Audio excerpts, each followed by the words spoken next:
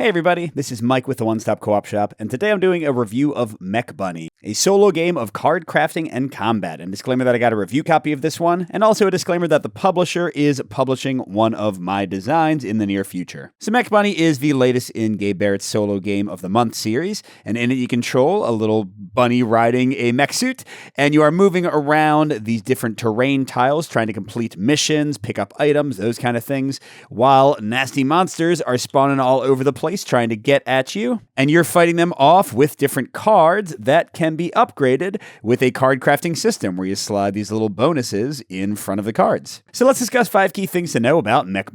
So starting at number 5, the least important to know, but still important or I wouldn't mention it, are the cards you unlock, the weapons and attack cards in the game, and this is mostly a pro for my taste. So you start with a basic assortment of pistol, rocket launcher, and sword cards, but as you progress through the scenarios and the campaign, you get all kinds of crazy stuff, and the game is very flexible in that it lets you build basically any deck you want of 10, 11, or 12 cards from the cards you've unlocked as you get deeper and deeper into those different campaign options. And these new cards do have varied abilities that can be a bit confusing, although they have this FAQ card that mostly fills in the gaps. I will say that sometimes I'm still confused by the intended rules for some of them, a minor complaint. But another fun twist, kind of like wounds in Mage Knight, when you do certain actions or when you get hit by enemies, you add these heat cards into your deck. You can also do things like pick up crates that will stay in your deck and then let you drop off the crates later. So besides the fun variety in the unlockable weapons themselves, there's some other cool things going on with the sort of deck building and card management in the game. Next to number 4, which is a mix for my taste, I'm looking at the leveling and card crafting in the game.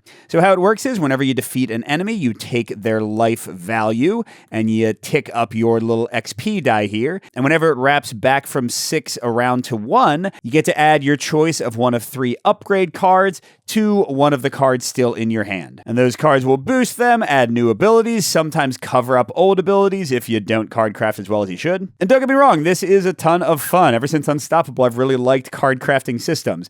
The only negatives here are that sometimes the variety in these options aren't that great, and some are way better than others, which can be fun, but also adds to the luck of the draw. Also, sometimes they come out in strange orders. Now, you can spend 1 experience to clear the current offer and get a new one, but still, again, luck of the draw can bite you here. And honestly, maybe my biggest complaint is that in most of the campaigns, except for the very longest scenarios, you'll only get to add 1 or maybe 2 or 3 of these to your cards in each scenario, so it's not like you're constantly upgrading, getting more and more awesome things. Next at number 3 are the enemies you're facing off against, your main opposition in the game, and also the things that you are killing to level up. And there's a nice amount of variety here. They start pretty simple, but as you go deeper and deeper into the campaign, you unlock nastier and nastier creatures. But their activations are silky smooth, incredibly simple. First they attack you if they can, then they move towards your ship to try to destroy it. And this creates, especially in later scenarios, a nice little puzzle of how to move around them, how to avoid them, when to tank some damage, and especially how to keep them from destroying your ride home. That's always tense. Next at number 2, I'm looking at the core missions you are trying to complete, and this is generally a pro as well.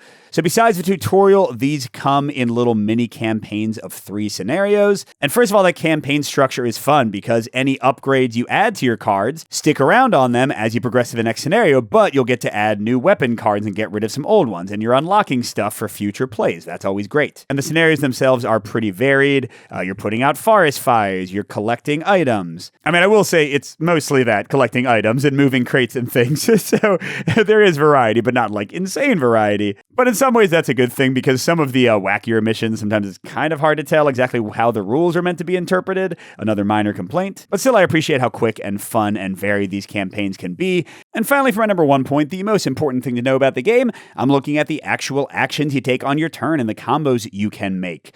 So you've got 3 batteries you can use for free each turn. Each one can let you move a single space, and also most of the time, each one can let you play 1 action card, although some cards are free. And then you can take a 4th extra action, but it's going to add some heat to your deck, another wound you got to deal with. But besides that, playing the cards and choosing how to play them is fun. Many of them have special abilities like moving you for free before or after the attack, so you can chain them together, figure out when you want to use your short range attacks, your long range attacks. Like I already said, said, moving around the enemies is really interesting, trying to focus your fire, trying to level up at the right time, because even with kind of the randomness in the leveling up, there are some cards that will benefit way more from certain upgrades than others, so you want to look out for those opportunities. And yeah, it's just a nice action combat puzzle. It does remind me of things like Unstoppable, where you're trying to leverage the resources you have to destroy as many enemies as you can while keeping yourself safe. It's a good time. So you might want to check out Mech Bunny if you like tense action games, if you like interesting card play,